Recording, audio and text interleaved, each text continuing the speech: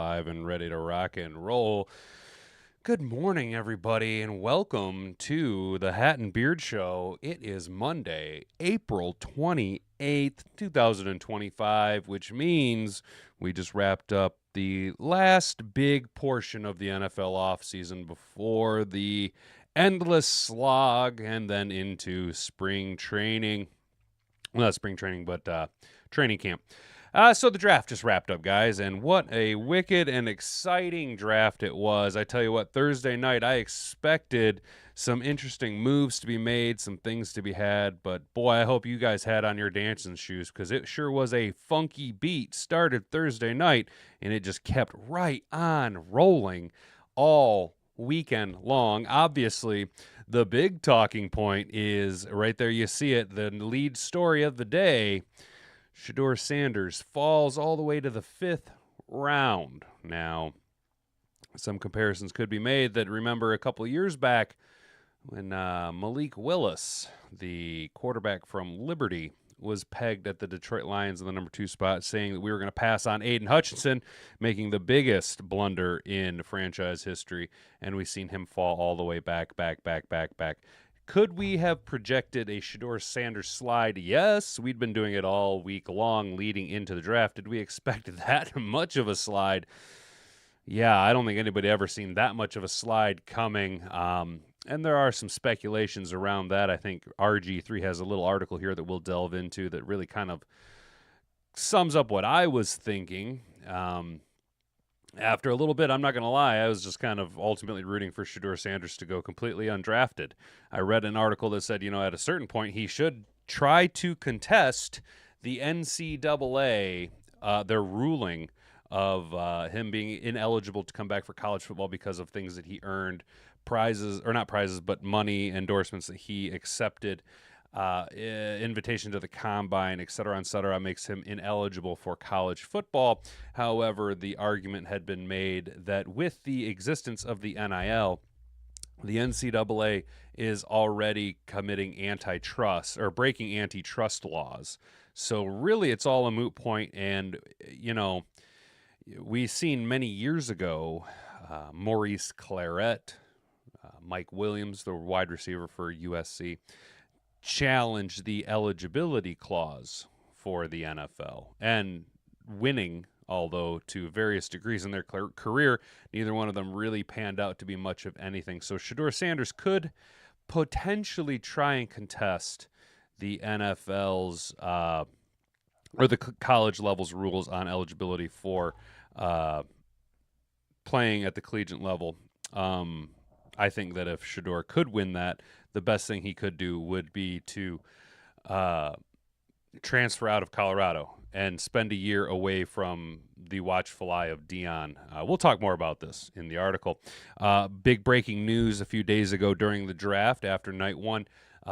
Brad Holmes pulled the trigger and executed the 5th-year option on Jameson Williams and Aidan Hutchinson. Signaling that not only is Hutch a long-term solution or a long-term staple in the Motor City, but that by all accounts, and there was a video, an interview popped up briefly after round 1 of Brad Holmes talking about Jameson Williams, but he appears to be a focal point for the future of the Detroit Lions. There's a few more we'll break down. We'll look at all the picks that were made by the Detroit Lions, and then with it being the first day after the draft, we'll be looking at day 1's pick. The big, nasty defensive tackle. Almost a sleeper selection. No one really had this individual going to the Lions, though that position, hell, I mocked us at this position the majority of my mock drafts. And I think Tyleik Williams is going to be a massive sleeper. I really, after doing just a surface level amount of research on the guy, how did he go so incredibly unnoticed? Right, when especially the Ohio State had guys get drafted on defense, your Denzel Burks, your Jack Sawyers, a couple other handful of guys. There had been tape. GMs had been watching tape on defensive players for Ohio State, and what I did notice is that not all of the time, but more than 85% of the time, Tyleik Williams is really popping on the tape. So how did this go completely unnoticed? We'll discuss a little bit about that. I am very, very hype about the first round pick for the Detroit Lions. I think this weekend boded really well for Detroit. We'll talk more about it tomorrow. But you guys, hey, got my guy. We went out and got our guy. In the second round, Tate Ratledge. We'll discuss Tuesday is all about Tate. Hey, Tuesday is all about Tate Ratledge. Couldn't be happier, considering cutting my hair into a mullet just to show solidarity with Tate Ratledge. So, all right, guys, now that we got that intro out of the way, appreciate y'all hanging out here. Big shout out, everyone in the chat right now. Big shout out to all of you that were in the chat Thursday night when we did our big special 2-hour marathon live stream pre-draft show. You guys really kept it going, hawking, just hawking straight fire in the chat, keeping us lively, keeping us on our toes. We had a lot of fun. So I just wanted to say shout out to all of you guys. In case you missed it and you're wondering exactly how can I be notified of whenever the Hat and Beard Show is live, Monday through Wednesday, 10 a.m. to 11 a.m. Eastern Standard Time at youtube.com during the offseason, expanding to 5 days a week, Monday through Friday, 10 a.m. to 11 a.m. come the regular season. How can I know whenever Hat and Beard is live, and how can I get in on the chat? Well, it's very simple, boys. You just got to roll on over to the bathtub underneath the description of the video. Subscribe to the channel, ring that notification bell, because that is the best thing you can do to be notified. Subscriptions don't really mean a whole hell of a lot, but ring that notification bell lets you know you get push notifications sent directly to your mobile device whenever we are live. You can be a part of the chat right now. We got Jeanette Hall in the chat. I'm Chasing Chase. Here we go. Let's kick this week off with a big cup of Hat and Beard. Hell yeah, Chasing Chase. And Cody Till dropping in. Ahoy. Ahoy to you, brother. Good to see you. Happy Monday to you, my guy. Hopefully y'all had a excellent weekend. So, ring that notification bell and you can hang out with all the regulars down here in chat. Hey, like the video if you enjoy what we do here. And the best thing you can do is share this video around with all of your friends. Now, I completely understand. Look, guys, 99% of the time, I don't want to be affiliated with me either. So we can work around any of your friends and family knowing that you're a closeted Hat and Beard fan. I totally get it. I completely understand. It's our own dirty little secret between the two of us, right? So just go ahead and click share, copy that link down on your clipboard. You don't really have to share it around with anybody, but it treats the algorithm, lets it know, hey, this content needs to be pushed out here. And we had a wildly successful day last Thursday. Thanks to all of you guys hanging out, sharing this around, and just genuinely being a bunch of badass mothers down in the chat. So, guys, without any further ado, let's get into the show. It'd be a lot cooler if you did. All right, guys, here we're going to walk on over to good old Fox News. Think what you will. It's a good article. NFL tries to send message to Shedeur Sanders. Father with NFL draft slide. Ex-NFL star says the Browns selected Sanders in the 5th round of the NFL draft. And if you've seen, they have the cameras in all the war rooms. If you've seen that spot, that pick, Kevin Stefanski and the GM did not seem overly pleased with that. Like ownership maybe had some meddling to do with that, and the Browns historically do that. Think Johnny Manziel several years ago, the slide he had ultimately being picked up by the Browns. Think Brady Quinn many years before that, slide being picked up by the Browns. The question then becomes, are the Cleveland Browns, more or less a bitch for the NFL? Does the NFL pick up a phone and say, hey, you guys are going to do this here and now because we've decided that Shedeur has been punished enough? And I don't know, man. I don't know. There's a lot of speculation on the Shedeur thing. There are a couple of different angles to view this from. People, the one that jumps off the board the most is, when you listen to the guy talk, cocky, but not in a good way, right? I kept saying, there's a reason why many years ago Connor Cook fell to the 3rd round out of Michigan State and ultimately fizzled out of the league, couldn't even make it in the UFL. And that's because Connor Cook is an asshole. There is a time and place for being an asshole. Being an asshole, I completely understand the usage and when to be an asshole.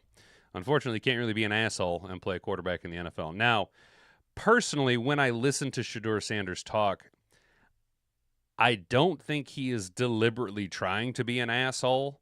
I just don't think he knows any better. I think that Shedeur Sanders, his entire life, he has been very insulated. I'm not going to say the world catered to him, but Neon Deion made sure that his boy was going to be a quarterback in the NFL. And come hell or high water, he was going to supposedly be a first-round pick, right? And that's his entire life has been built around that. Every scheme he's ever been in, every collegiate program he's been at has been sheltered by his father and a coaching staff where it's tailor-made for Shedeur to operate around. But when you get to the NFL, it doesn't really fucking matter whose name is on the back of your jersey. It's can you produce outside of a certain handful of individuals, but they've earned it. They have the hardware, the Mahomes, the Bradys, the Mannings. Josh Allen could fall in that, even maybe Lamar Jackson, right?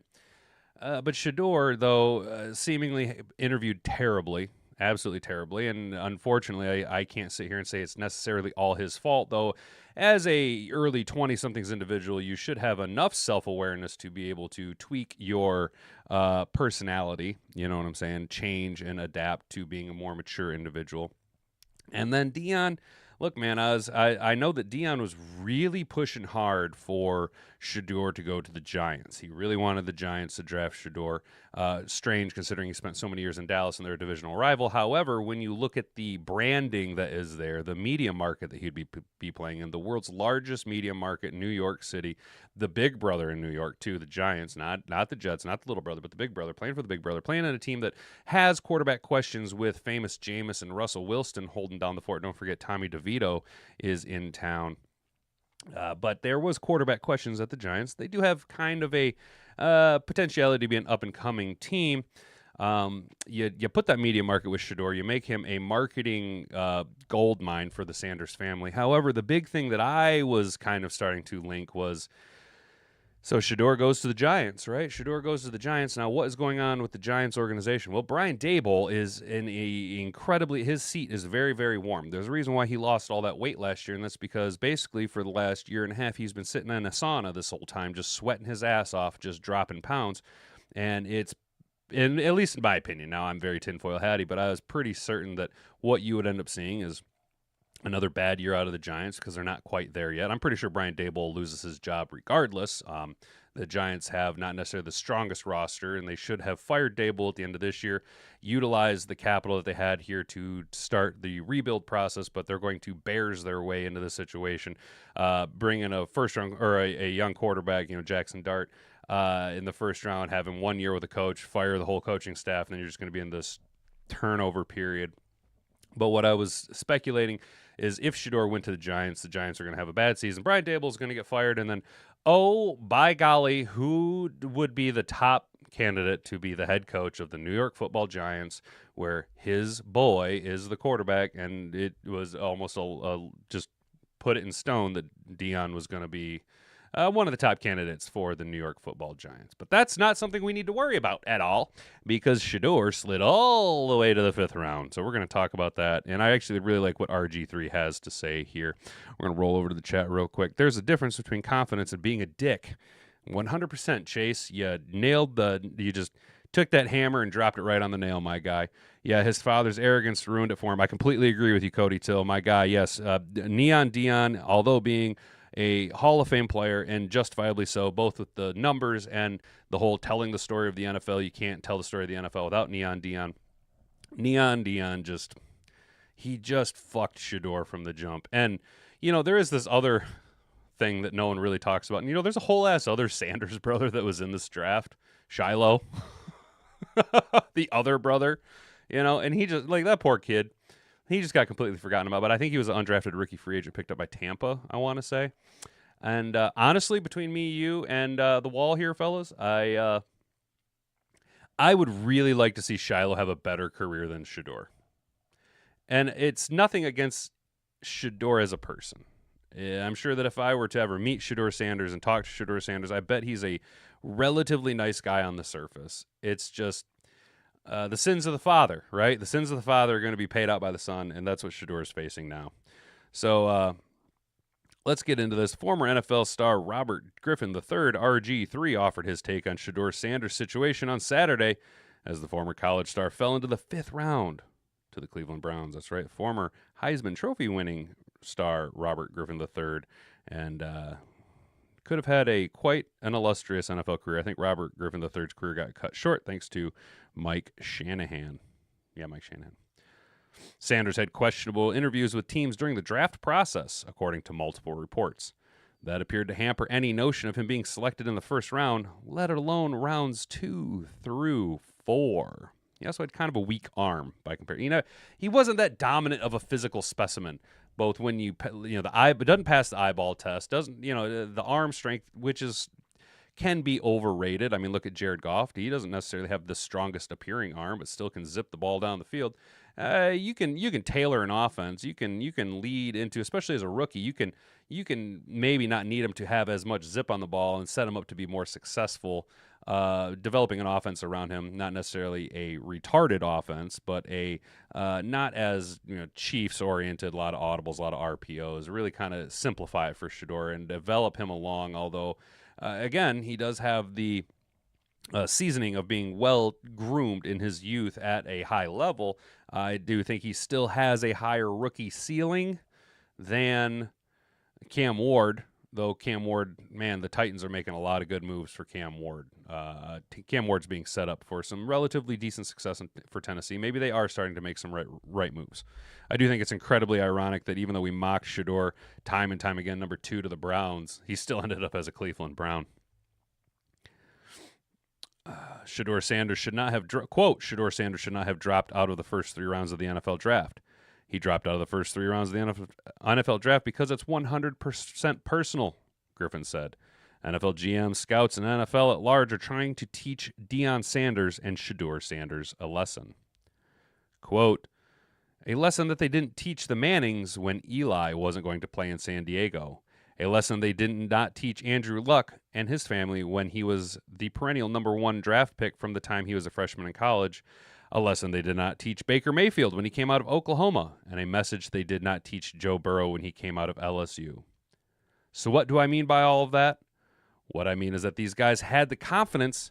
Many of them have the bravado that is similar to what Shedeur Sanders has, but none of them were punished in the way he's been punished. The Browns selected Sanders with the Browns' selection of Sanders was the second quarterback the team chose over the course of the draft. They picked Dylan Gabriel out of Oregon before they chose Sanders. The former Colorado Buffalo star took the high road when he spoke to reporters. Quote, nothing really affected me the last couple of days, Sanders told reporters on Saturday. I'm favored. I'm blessed. Besides that, it's not really anything that changed. The love of the game is still the love of the game. When you get on the field, there wasn't too much negativity being said. I know I got to clean up a couple things in my game for me to be at my best, but that's what I take each off season, one thing at a time to fix. The main thing, I'm just proving Coach Kevin Stefanski and General Manager Andrew Berry that they are right. That's it. They are right about picking me. I'm a good decision. I'm a good draft pick for them to be able to come in there and do what I need to do. So he did take the high road, and there are a lot of quarterbacks on roster in Cleveland. Man, honestly, I think Shedeur Sanders probably makes the roster. I think he's better than Kenny Pickett. I honestly think, is it crazy to think Joe Flacco is the starter the entire season, barring injury? Joe Flacco was successful in Kevin Stefanski's system. He went 4-1, got the Browns into the playoffs, won comeback player of the year. Got Stefanski to win coach of the year, right? I don't know, man. I've never really been sold on Shedeur Sanders, and unfortunately now the Browns get to deal with the circus, the Sanders Circus, the Ringling Brothers Circus coming to town, and it is led by Mr. Shedeur Sanders and his dad, Deion. Ideally, Deion will be taking a step back from the meddlings of Shedeur. If Shedeur Sanders is smart, he puts some distance. Not personally, he's still the man's father, but he has to put a hard line, a hard separation line between him and Deion, right? Excuse me, fellas. Sorry about that. He's got to put a hard separation between him and Deion because teams didn't want to draft Shedeur and Deion. They just wanted a quarterback. And the circus that's around Shedeur, I can't blame teams for passing on him. I was pretty sure that day 2 he was going to be the very first pick, and then the Browns took the linebacker out of UCLA, Schweringer, something like that. And props to that kid. I mean, such absolute badassery. The kid was a former walk-on at UCLA, going 33 overall. That's basically a first-round pick. And not for nothing, but if you really want to get down to brass tacks, according to the boards, right, the Browns did get the best value of the entire draft. Shedeur Sanders, I seen anywhere from the number 19 player on the board down to as low as like the number 44 player on some people's boards, and they took him well into the 5th round. So that, I mean, at that point, yeah, it's a dart throw. What do you have to lose? You know, I mean, Shedeur is going to be making way less money than he was on his NIL deal. So it was surprising, but it wasn't that surprising because we all kind of felt this coming in. There was the speculation of the Shedeur slide, and then we seen it happen, and it was just crazy to see. It wasn't surprising. It was just wild, you know, to see all the experts proven wrong. Everyone just had to sit there with egg on their face for the better part of 3 full days, you know. And some of us were proven right when the Lions took the guy that they'd been high on all year, or all the last couple weeks option. So real quick here, some other news that broke. If you guys haven't already, please like the video, subscribe to the channel, ring that notification bell, keep the comments coming in, fellas. We really like what we're doing out here. Let's go ahead and can I pause this? Pause that. I don't need to see that. Lions, though, we're going to do a little bit of Lions news before we get into the draft stuff. I know that's the meat and potatoes you guys are here for, but the Lions exercised the 5th-year option on Aidan Hutchinson and wide receiver Jameson, Jamo Williams. That's coming out as April 5th, so a couple days ago. It was quietly, after the first round of the draft was over, the Lions did extend the 5th-year option on Hutch and Jamo. And to no one's surprise, the Detroitans locked up a pair of players on both sides of the ball through the 26th season. The Lions exercised 5th-year options on pass rusher Aidan Hutchinson, no surprise there, and wide receiver Jamo. The team announced on Friday the move keeps the 2022 first-round picks under contract for at least the next 2 seasons. They had until May 1st to pick up the 5th-year option on the 2022 draft. I'm not gonna lie, I was reading tea leaves that had no credibility to them. We spent a lot of time, and I'm not going to lie, I milked that content horse of Jamo potentially being a traded value. I think that I built up a relatively good case to convince myself of that, the whole him being the absolute luxury of a player, not necessarily a necessity. Brad Holmes, doing what Brad Holmes does, though, kept everything relatively quiet and close to the chest. Leading up to the draft process, he had basically said, yes, we were considering picking up the 5th-year option on Jamo. And that was about it. The then media wheel began to spin, and articles kept flying out. There were writers scouring more or less through dollars of players on teams, who could make sense, who has high value, and they really started drumming up the Jamo being traded bandwagon. They tried to link non-issues, a lot of red herrings. Like, he unfollowed the team on Instagram. He never followed the team on Instagram. You can't unfollow a team when you've never followed a team. That's right. Very, very good. And then Thursday night, in the post-round 1 interview, very briefly, Brad Holmes, after talking about Tyleik Williams, the question was asked about did he field any calls from field any calls from teams about Jameson Williams in a trade, and Brad Holmes said more or less that is a conversation that he and Dan Campbell have never had. They have never entertained it, and Brad Holmes does not understand where this rumor is coming from. So that was a bunch of smoke drummed up by the media. It wasn't even a smoke screen being sent out by Alan Park. It was just a bunch of fluff, a bunch of pre-draft fluff that I fell hook, line, and sinker for. Not necessarily the biggest Jamo fan. Am I upset that Jameson Williams is going to be on the field? Nope. Going to root for him to have a 1,600-yard season. If we're going to keep him, we better use his ass, right? And then Hutch makes sense. Coming off the injury, you know, you give him that financial guarantee, but also give your team a little bit more runway to maneuver post-draft, any free agents that you might want to bring in to compete with. Hutchinson has been instrumental in Detroit's ongoing rise. The number 2 overall pick in 2022 burst onto the season quickly as his rookie season, leading the team with 9.5 sacks while nabbing 3 interceptions to finish second in the Defensive Rookie of the Year voting behind Sauce Gardner. He followed that up with a career-high 11.5 sacks in year 2, accompanying the Lions' first NFC North title in 30 years. Detroit has maintained that type of success in 2024, but Hutchinson's 3rd campaign was marred by a broken tibia, which required immediate season-ending surgery on October 14th. Shortly after taking Hutch in 2022, the Lions traded back into round 1 to select Williams with the number 12 overall pick. It was a risk considering Williams is still recovering from a torn ACL he suffered toward the end of his final year in Alabama, but the speedy wideout showed full potential in 2024. Williams produced 58 catches finally broke that. He had over 1,000-yard season with 1,001 yards and 7 touchdowns in his third season, proving a premier downfield threat for the league's top-scoring offense last season. Hutchinson and Williams are clear examples of the stellar drafting done by GM Brad Holmes since his arrival in 2021. Friday's announcement by the club was an assuring reminder that the Lions are in good hands. I'm going to barrel roll on over to the chat, see what you guys have to say. Mr. Detroit City, good morning. Happy Monday to you, my dude. Did you enjoy the draft? We're going to be talking about draft the next couple days, and we're going to be kind of milking it for a little bit. He says, sorry I'm late. Let's go Lions. No worries, brother. No worries about being late. You are exactly on time. You know, a wizard is never early nor late. He arrives exactly when he intends to. Jeanette Hall says, we all for the talk about the Jamo trade. We all did. I think that is because, again, I don't see Jameson Williams being the perfect culture fit for the Detroit Lions like an Amon-Ra. We see how the foundation of the team is built, the players that we all love as the foundationary pieces, the locker room guys, and Jameson Williams isn't necessarily it.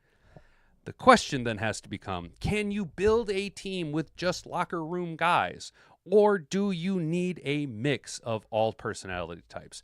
Would the Lions be as successful offensively as they are down the field with Jameson Williams, reverses of Jameson Williams, and don't forget, I constantly beat this horse, the big run plays, it's always Jamo blocking downfield to spring our running backs loose. Would our offense be as successful without the diva play that is Jameson Williams, right? He does add that weapon, that versatility, that threat that Amon-Ra doesn't quite have, that we don't really quite have at the wide receiver spot, right? You can fill your room with locker room guys, culture guys, fit guys, but sometimes you got to take that dude with the game-breaking ability, and Jameson Williams is that guy. Can he develop? Yes, I think he can still develop. Looking at Jameson Williams, where he was drafted, the personality he was to where he is now, there has been some maturity. I can't just say there hasn't been any. Would we like to see more? 150%. I still think that Jameson Williams, the passion that he has for the community and the fandom, the people of the city of Detroit, if Jameson Williams was to focus a little bit more for that to be weaponized towards good as opposed to fun, not bad, but fun, if you were to focus less on fun and utilize that energy towards good, Jameson Williams could be a Walter Payton Man of the Year finalist very easily. He is loved by the fandom, and justifiably so. He's a very fun individual. And sometimes that's the type of guy that you need, as much as we like the suit and ties around here in the Motor City. So that's a brief little news that popped up Thursday evening, Friday morning. And I was very glad to see Aidan Hutchinson get extended, and then it kind of solidified where we were, what our plans were for the draft, knowing that we didn't have to fill a wide receiver 2 spot. We did end up taking a wide receiver in the 3rd round, Tasala. So shout out to Frank the Tank talking me up about Tasala Thursday afternoon down in the chat. Yo, Mr. Beantown Breakdown, what's up, brother? Yo, Hat, my dude. Me personally, I like a strong mix of vets and youth. You need glue guys in your locker room. You do need to take calculated risks on talent, but you got to be smart about it. 150% Beantown, 150%. I agree with you. I personally like the mix of vets and youth. I'm a big fan of taking similar to the college mentality of how, you have a set timeline on when players are going to be ineligible to play. So you have to start cultivating talent behind them. And if you have good, solid vets, look at the development that Alex Anzalone has been able to have with Derek Barnes, Jack Campbell, and Malcolm Rodriguez. Yes, Kelvin Sheppard is a massive part of that, being originally an outside linebackers assistant coach, turned linebackers coach, now defensive coordinator. But when you bring in a high character, high value guy like an Alex Anzalone, who you can build the foundation area around, bring in young players behind him that he can help cultivate and develop, get that mentality, understand the terminology, bring them along nicely. It's exactly what you want to have, so that you're never really in a deficiency for a position. The first couple of years obviously was a rebuild, but now we're in this generationing players, seasoning them early on so that they can ascend and take over. Look at what we're doing with Giovanni Manu, right? Giovanni Manu didn't play a fucking snap his rookie year. I don't even know if he made it up to the active roster at all. Been spending the entire offseason with Taylor Decker. A lot of articles coming out about Giovanni Manu and his development, right? Even though we did extend and reconstruct Taylor Decker's contract, Giovanni Manu playing well, training well, doing the right things, generationing players, seasoning players that you have the talent behind them when your vets age out or contract. Dollars-wise, can't keep them. Doesn't make sense. So, Jameson Williams, 5th year. Hutch, 5th year.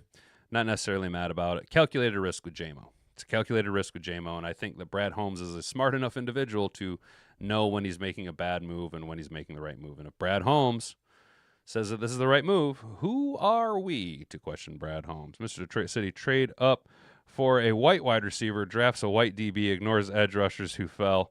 Brad got that good za. Yeah, I think Zadarius is coming back.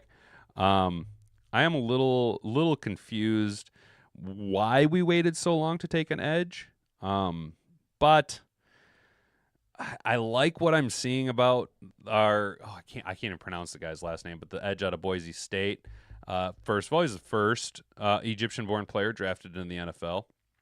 The tapes of him doing combine drills, he's equally as hype as the coaches. He's a very high-energy guy. And as a little bit of a touch on the heartstrings thing, homeboy did propose to his old lady right after his selection in his draft party. So shout out to him. That's pretty cool. Jamo has massive potential. Dude could be generational with the right development. Yes, Beantown, I agree with you. He does have a massive potential. But does his potential get reached here in Detroit? Does he ever overtake Amon-Ra as the number one target in Detroit, or will he always be overshadowed by the production and the fan favoritism that we have for Amon-Ra? Amon-Ra St. Brown is beloved here in Detroit. He will go down as a franchise favorite. It just is what it is. He embodies what the Motor City is.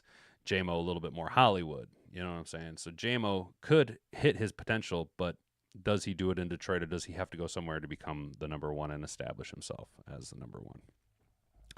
All right, so guys, we're going to walk on over to DetroitLions.com. I'm going to quickly peruse through and just break down a couple of look at our picks, read a couple of quick things about them before we get into our final article here. So if you're not already, please subscribe to the channel, like the video if you haven't already, ring that notification bell so that you never miss out on any future content. And you can be part of the live chat every Monday through Wednesday, 10 a.m. to 11 a.m. Eastern Standard Time here at YouTube.com, and share this video around with all your friends. It's the number one thing you can do to help grow this channel. Tell the algorithm that, hey, you know what? Hat and Beard isn't so bad. Let's get him up to 1,000 subscribers before the start of the NFL season. Detroit Lions 2025 NFL Draft in Review is coming out April 28th at 7 a.m., so earlier this morning, from Cole Bambini, editorial associate. First round pick, we ended up taking, well, let's just read the whole thing. The 2025 NFL Draft is in the books, and the Detroit Lions welcomed 7 new selections to the team. Let's read the chat real quick here. St. Brown embodies Detroit, gritty, physical, and not afraid to put his body on the line to make a catch. Dude is a stud. Yeah, and he also played like the back end of a season with a tore up quad, and still managed to go over, I think, 1,400 yards. I think it was 2 years ago. Still managed to be highly productive even with injury. The guy is just an absolute Iron Man in the NFL. And like you say, he's not afraid to put his body on the line. But at the same time, he's also really good at avoiding hits. He's prolonging his career by being smart and agile, right? This weekend in Detroit, or this weekend's draft in Green Bay, marked general manager Brad Holmes' 5th draft with Detroit. He selected 2 defensive linemen, 2 offensive linemen, 2 wide receivers, and a safety. The Lions 2025 draft class features 3 players from the University of Georgia, taking a page out of Howie Roseman's book, going to Georgia for our players. 3 players who won at least 1 college football playoff national championship. 5 players who combined for 10 college football playoff appearances. 5 players from the SEC, 1 from the Big Ten, and 1 from the old Mountain West. Our number 1 pick, defensive lineman Tyleik Williams, 28 overall. The Lions selected Tyleik Williams out of Ohio State in the first round. 6'3", 334 pounds, offers reinforcement on the defensive line, and was an elite run stopper for the Buckeyes. What Brad Holmes has to say is he has just a lot of traits and qualities that we are looking for, and he's going to fit right here, he's going to fit right in here like a glove. We spent a lot of time with him in the process leading up to this, and we were very, very impressed. Quote from Williams' conference call, quote, I would like to say I'm a film junkie. I'm always in the film room trying to gain an advantage of anything I can. I pick up a lot of things that the offensive line tends to do, and I feel like I can relay that information to the defense and put us in a great spot. Entering Ohio State, Williams said he weighed in at 360 pounds before slimming down to 320 and becoming a defensive force for the Buckeyes defensive line. So there's our boy, Tyleik Williams. And when you watch him play, the dude, I mean, he plays just like a Liam McNeil. And he can come in and play. He's athletic enough to swing all the way out to the 5 technique if you really want to. For his size, he's incredibly athletic and play the 3. If you beef him up a little bit more with some muscle, not so much fat, he can easily play the 1 technique after DJ Reader moves on from the Detroit Lions. 2nd round pick, 57th overall. Let's fucking go, my guy. That's right. Called this pick. Oh, fuck yeah. My ego's been out of control. My ego has been out of control since we traded up for Tate Ratledge. I said I had to walk out of I said if there's one player, the Detroit Lions, that I need them to walk out of this draft with. That's Tate Ratledge, and look at that. Brad Holmes. Guys, I say it all the time. People are consistently confusing me and Brad Holmes. Big difference. Brad Holmes got a lot shorter hair than I do. The Lions selected offensive lineman Tate Ratledge out of Georgia in the 2nd round. Ratledge is tall, thick frame paired with his good agility for his size allows him to compete for one of the 2 guard spots on Detroit's O-line. Brad Holmes says he's a tough kid, a great locker room guy. I think you guys are going to enjoy getting to know him. He's got a little bit more versatility. He rose more as the process went along because of his versatility that we were able to find out a little bit more about. I thought that he would fit in just like a glove here. It's all about culture. When you finally rebuilt your team, you can take the guys you want, not the guys you need. Quote from Ratledge's conference call, I think the Lions are the king of the jungle for a reason. Just their mentality, their attitude, the way they go about their whole life. I mean, I think it's just something like that I kind of attached my lifestyle to. Just that mentality, that never satisfied, never quits. Oh, excuse me. So I think that's something that ties into my life and the way I play the game. Fun fact, Ratledge got a tattoo of a lion about a year ago on his forearm, which he said is a testament to his mentality and attitude towards the game. Yeah, I fucking love this Tate Ratledge guy, dude.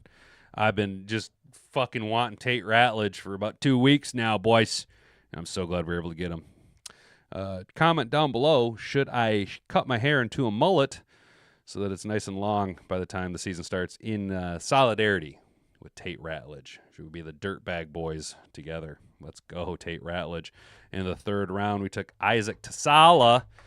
A big shout out, Frank the Tank. He dropped Isaac Tassala's name in the chat Thursday when we were doing our last mock draft, and I don't know how I managed to just completely miss out on this guy. The Lions selected wide receiver Eric Tassala out of Arkansas in the 3rd round.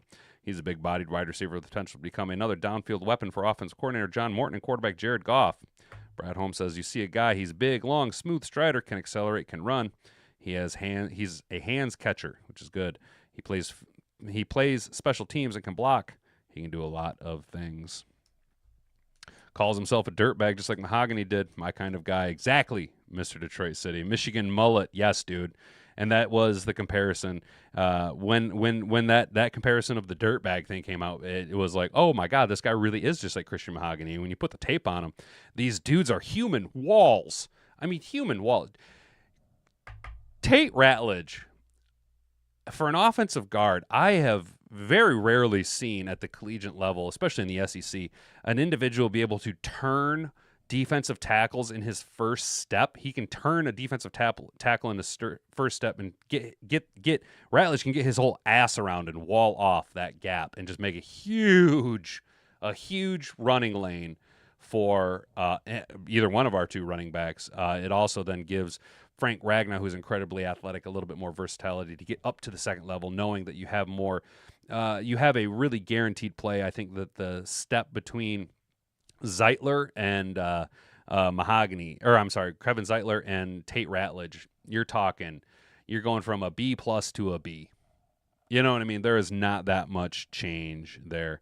got a Lions hat last year too. Yeah, Mr. Detroit City, he got a Lions hat because he we'll just say for simplified terms, a lion is his spirit animal, and it says a lot. That I was high on the guy, and then we traded up 3 spots to go get the son bitch. So that's what I'm talking about.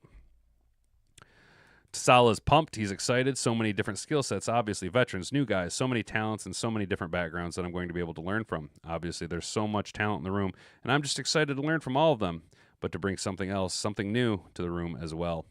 Prior to Arkansas, Tesla played at Division II Hillsdale. That's right, he played at Hillsdale College, who their best known product was Jared Valdir, who was a third-round tackle taken by the then Oakland Raiders and had a relatively successful career. I think the dude was like 6'9". He was just a massive human being. Played at a relatively high level too. I think he got 2 or 3 contracts. Tesla from just outside Grand Rapids showed up to his top 30 visit in a Lions jersey, a homage to his favorite team growing up. Actually, it wasn't just a Lions jersey. It was a jersey that he had since the 8th grade. We double-dipped and grabbed Miles Frazier in the 5th round. Hank Fraley is great, and he's going to cross-train them at everything. If they've never done one position before, he's going to throw them out there because he's an elite-level coach who's going to cross-train guys. That versatility can do a lot of things from a roster standpoint, is what Brad Holmes said about him. He's a big, massive human being, and you like the LSU, again, the SEC level of player. In the 6th round, we got Ahmed Hosseini. Hossein. The Lions select a defensive lineman, Ahmed Hossein, out of Boise State in the 6th round. He brings an intensity to the program, recording 22 sacks over the last 2 seasons combined and generated 115 quarterback pressures in the same span. Brad Holmes says he's going to be a very, very coachable. The kid will probably sleep in the facility if he could. That's the kind of what his makeup is. And he just brings a lot of energy. I mean, you saw it at the Combine. It was just, he's a nonstop kid. So his motor reflects what the person. So what I'm seeing here with Hosseini, big old Ahmed over here, I get the same vibes that I got from Malcolm Rodriguez. You know what I'm saying?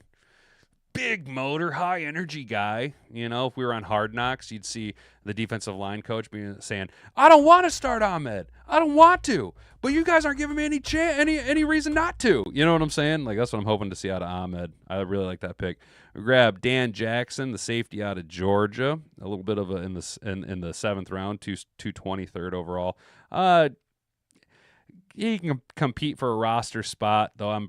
I wouldn't be surprised if the Lions go and grab themselves like a Justin Simmons or something, just to kind of solidify the back end of the safety room with some veteran presence. Although we do have the highest paid and 2 of the top 3 safeties in the NFL playing for us. You like the player out of Georgia. You like the versatility, and maybe can grind it out on the special teams department. And then our last pick was we went back to Georgia and take Dominic Lovett. He's a 7th round with their final pick. Having experience at Georgia, he'll likely compete for a core special teams role, as well as learning from veterans Amon-Ra and Jamo. What I was reading, though, he is a really good route runner. He played at Missouri in 21 and 22. Used to be teammates with Lions cornerback Enos Rakestraw Jr. and matched up against him in practice frequently. It really just came full circle, Lovett said. So that's kind of cool. That's kind of cool that not only are we keeping players that have familiarity at the collegiate level with one another, but then there's generational collegiate experience and familiarity with the individuals. I really, really, really like what we were able to do. Again, Lovett and Jackson going to compete. Can Hossein make it as a edge player? Can he compete?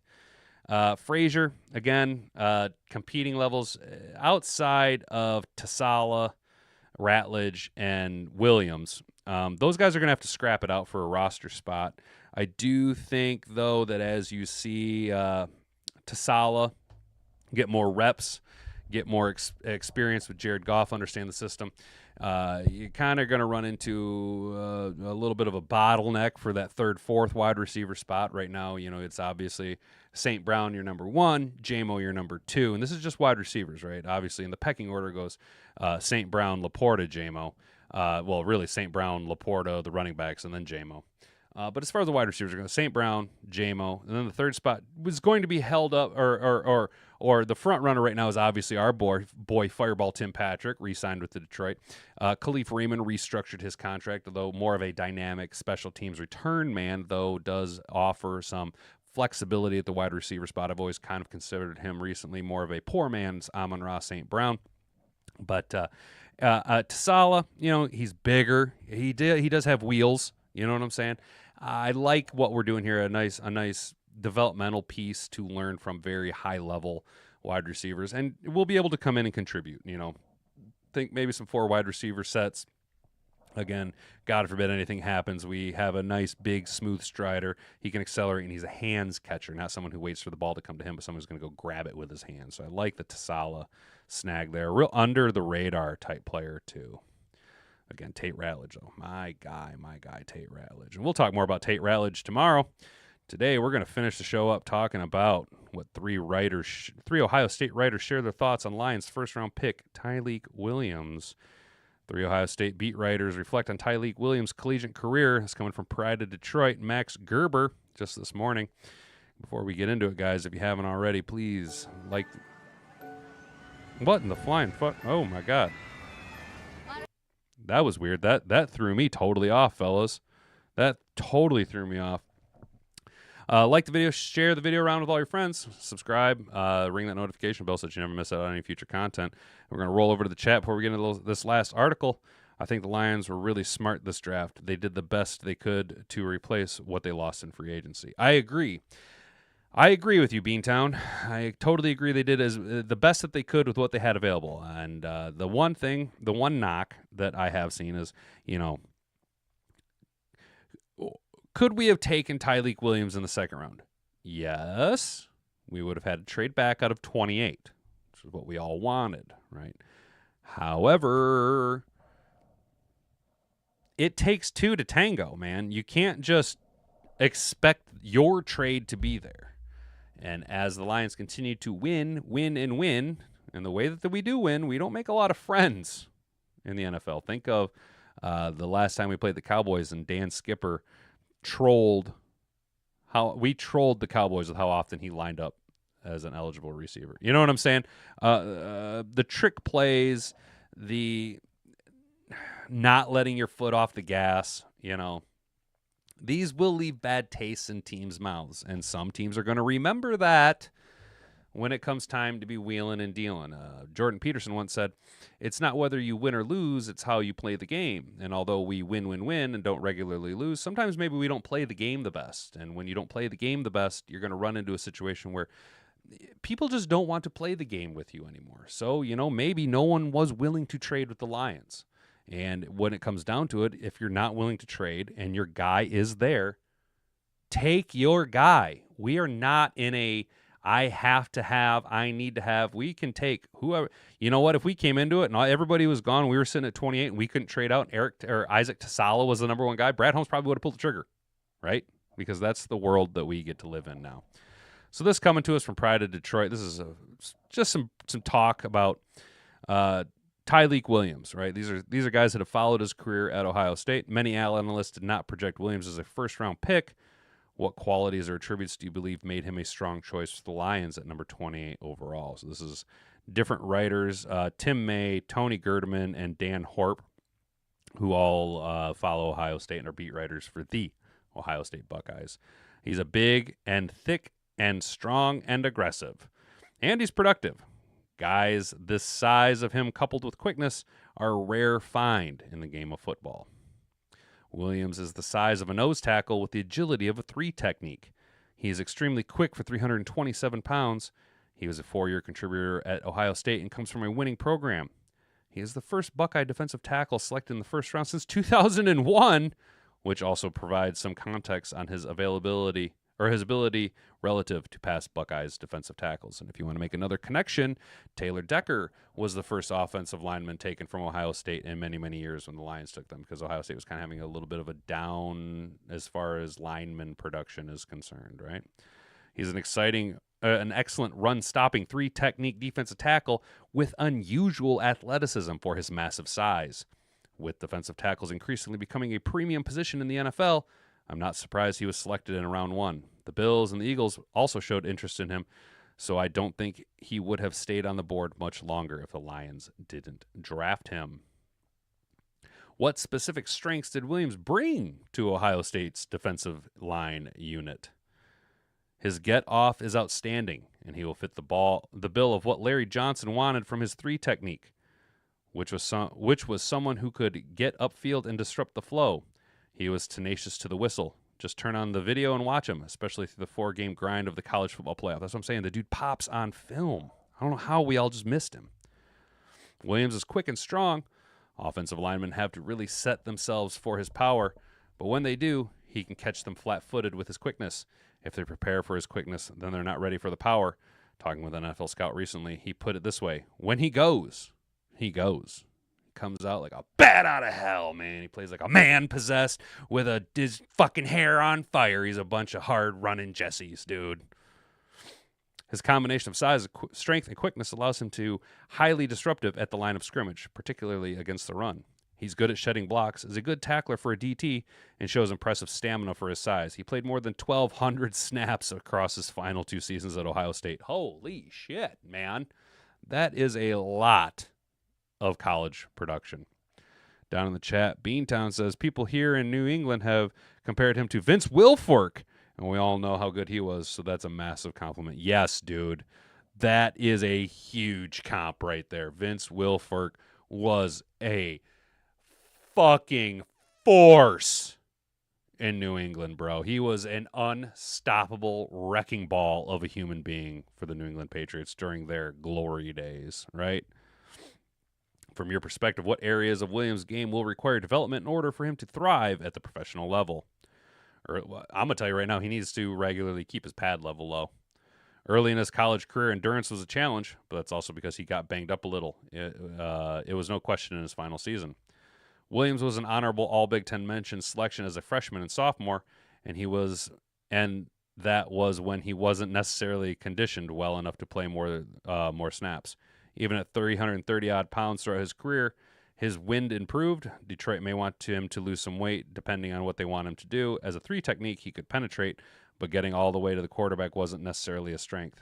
If they want him to rush the passer, dropping about 20 pounds would probably help. Now, that does sound like a lot, but we do know with what Aleem the Dream McNeil was able to do and not Michael Brockers.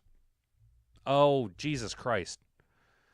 Who's the guy out of Western Kentucky, that defensive end? Oh, my God, not Michael Brockers. Oh, God, I can't remember his name right now. Probably not going to make the roster, though. I mean, based on the 452 defensive linemen we have in camp, or will be having in camp, it's going to be quite a competition.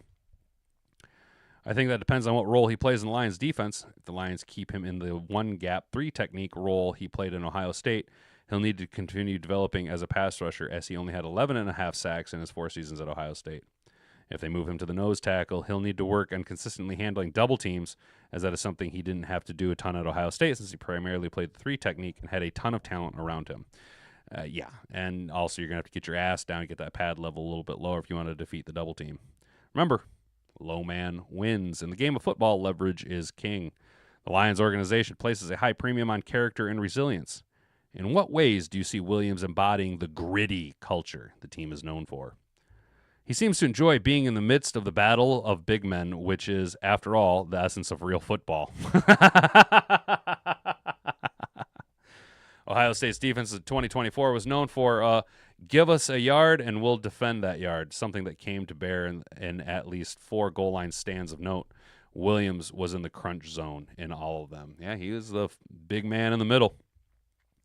For one, he's strong as hell. He holds up the line of scrimmage and doesn't just settle for occupying space. He wants to be a problem for the offense. For 2, he loves the game. He's always got a smile on his face, and he has always added to the locker room. He's an energy giver, not an energy taker. See the picture that I found for the thumbnail? It's the type of dude. Boy loves playing ball. Loves playing ball. Loves playing ball at a high level. That's what I like to see. I don't go back to the fact that he played high snap count and rarely left the field for Ohio State in big games, which isn't something you always see from a 330-pound defensive tackle. He also battled through a shoulder injury for most of last season and only missed 3 games, so he demonstrated plenty of toughness and competitive drive as a Buckeye.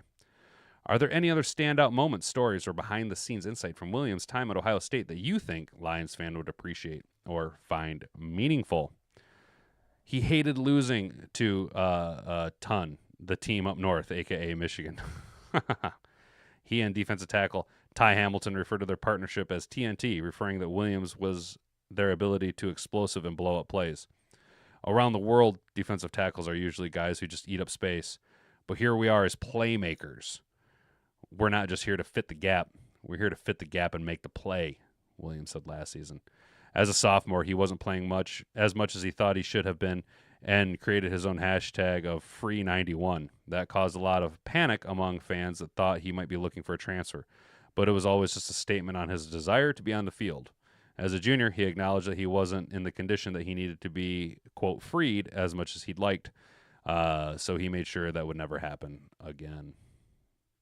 That's a high-value guy, high work ethic dude. I'll remember Tyleik's time at Ohio State, not only for being an excellent defensive tackle who played a major role in the Buckeyes having one of the nation's best defenses for the last 2 years, but also for the fun personality he brought to the team and the field. I can't recall many times I've seen Tyleik that he didn't have a smile on his face, and he plays the game with that same joy. You'll always see him celebrating when he or his teammates make a big play, and he wasn't afraid to troll opponents on social media from time to time. The best D tackles are the ones known to how to use their wide base to their advantage. Look at Vince Wilfork and Warren Sapp. He's got to learn how to use his size and technique from Beantown. I completely agree, Beantown. He's a big-bodied boy. And if he can just learn to just get that stance a little bit wider after his first step and keep them pad levels low, he's got the strength, the punch, and the arm reach to get offensive linemen off of him. The dude's he's a powerhouse, an absolute powerhouse at defensive tackle. Just a fucking ball of energy, dude. Needless to say, the insights given here are by these two beat writers who watched Williams throughout his career helped paint a bigger picture of who he truly is, both a football player and a human being. Williams will go into training camp with an opportunity to take a hefty role as defense while Lee McNeil is sidelined with injury. And then they go on to give a big thanks. So what I see with Tyleik Williams is while Aleem is hurt, Aleem's going to miss some time. Aleem's going to miss some time. Late season ACL injury.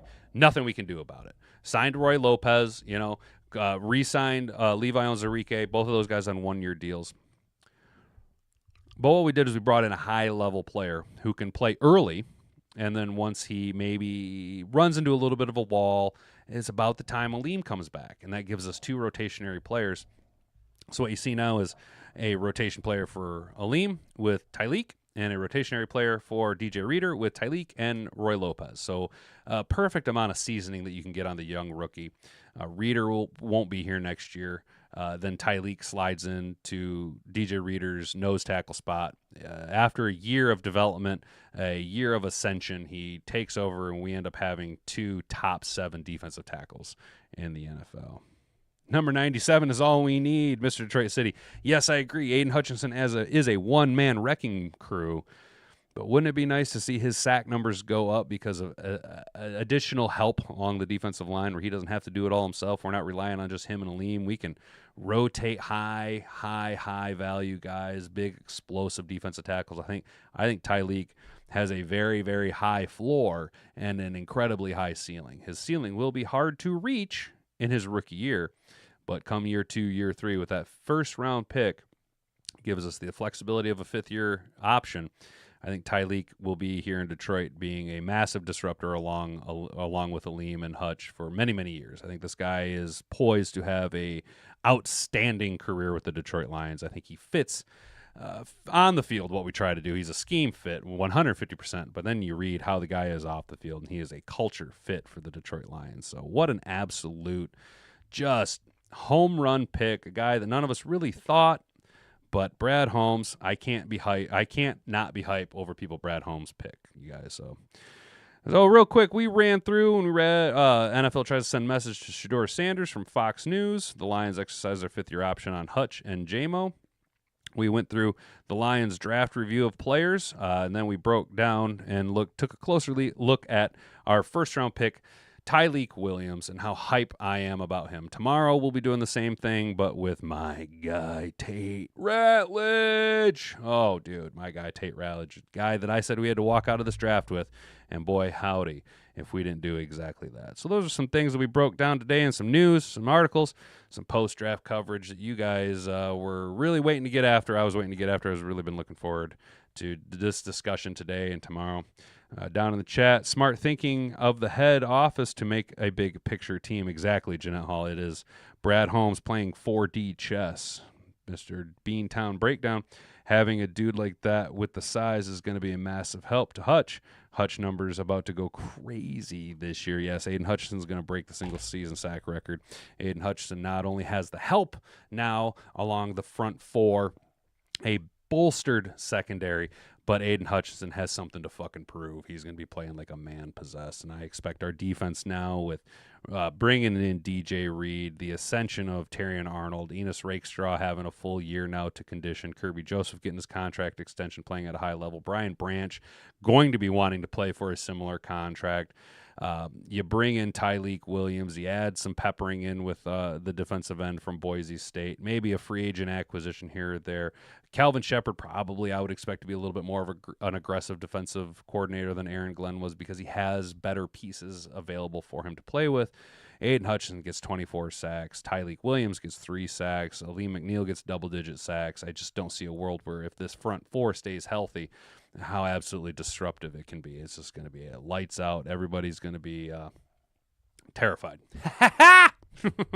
Well, there, now that I've gave us all a huge, massive dose of Honolulu Blue Kool-Aid, how are you guys feeling? Are you guys feeling ready to take on the week? I'm getting ready to take on the week. Got today off, going to keep working away in the yard a little bit, and then back on the grind tomorrow. We'll be back here tomorrow morning, 10 a.m. to 11 a.m. Make sure that you guys are subscribed. Turn that notification bell. Ring it. Ring, ring, ring, ring, ring, ding, ding, ding, ding, ding, ding, ding, that bell so that you never miss out on when we go live Monday through Wednesday during the off season. Share this video around with all your friends. It's the best way to help us grow according to the algorithm. And go ahead and boop that like button on your way out the door. Guys, it's been a great start to the week. What an absolutely exciting draft we had. Like I said, it was the DJ put on a funky beat Thursday night, and we just kept on dancing all the way through to round 7, watching the Shedeur slide rounds 1 through 5. Brad Holmes doing his magic, picking players that we can be high on, and then pretty soon here we'll be in training camp. We'll get to see what these guys look like in pads, running some speed. And hey, we will, as Detroit Lions fans, get the first look at our team this upcoming season. As it was announced, the Detroit Lions will be playing in the Hall of Fame game. That's right. We get the first thing. It's July 31st. We will get the first preseason game, so we will get the first look at our team before anybody else at game speed. So something to look forward to. We'll start counting down the days the closer we get to it. We're only a couple months away at this point now. It's almost May. So, boys, fellas, ladies, gals, everybody else that's listening, appreciate you guys hanging out. Appreciate all of you down in the chat. Keeping it lively today, as always. I rely on you guys. Y'all make the show. I just read the nonsense that comes from the internet and the good points you guys make down in the chat. So, fellas, have yourselves a good rest of the Monday. Stay out of trouble. Don't do anything I wouldn't do. Oh, excuse me. You've been an attentive audience. I've been Hat and Beard. Until tomorrow, bonga bonga. Frig off.